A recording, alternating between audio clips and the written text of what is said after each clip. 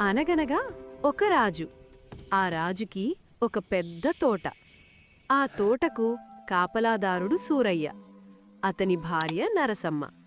వారు తోటలోనే కాపురముండేవారు. ఒకరోజు ఉదయం సూరయ్య తోటలో తిరుగుతున్నాడు.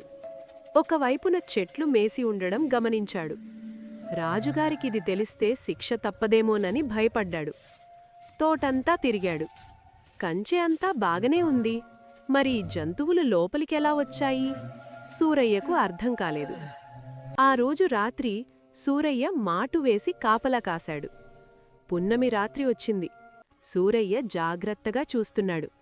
ఇంతలో ఒక కాంతి నెమ్మదిగా తోటలోకి దిగింది. అదొక అందమైన రెక్కల ఏనుగు, మిలమిలా మెరుస్తున్నది.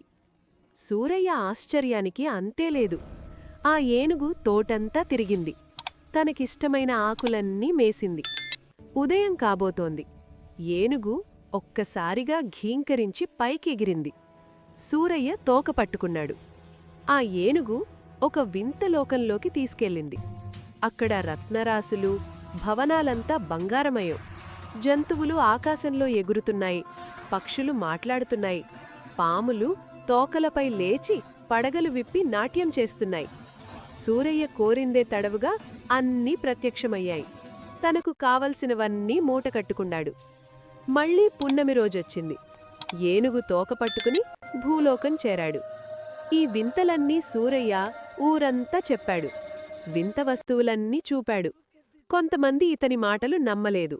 వారందర్నీ వింతలోకం తీసుకుపోతానన్నాడు. పున్నమి రోజు రాత్రి వారందర్నీ తోటకు రమ్మన్నాను. పున్నమి రోజు రానే వచ్చింది. అందరూ చూస్తుండగా రెక్కల ఏనుగు తోటలో దిగింది. తనకు కావలసిన మేత మేసింది. ఉదయం కాబోతుండగా ఘీంకరించి పైకెగిరింది. సూరయ్య తోక పట్టుకున్నాడు. అతని కాలుని నరసమ్మ, ఆమె కాలు మరొకరు. ఇలా అందరూ వేలాడుతూ ఆకాశంలోకి ప్రయాణిస్తున్నారు. చివరిలో మల్లమ్మ వేలాడుతున్నది. ఆమెకొక సందేహం వచ్చింది. ఓపిక పట్టలేకపోయింది. వింతలోకంలో గుమ్మడికాయలు ఎంత పెద్దవిగా ఉంటాయి అని తన పై వ్యక్తిని అడిగింది. అతను ఆ పై వ్యక్తిని అడిగాడు. అలా అలా సూరయ్యకు ఈ ప్రశ్న చేరింది. సూరయ్య తాము గాలిలో ఎగురుతున్నామనే సంగతే మరిచిపోయి, ఇదిగో ఇంత పెద్దగా ఉంటుంది అని రెండు చేతులతో చూపబోయాడు. ఏనుగు తోక వదిలేశాడు. ఇంకేముంది, ఒకరి తర్వాత ఒకరు మొత్తం అందరూ నేలమట్టం అయిపోయారు.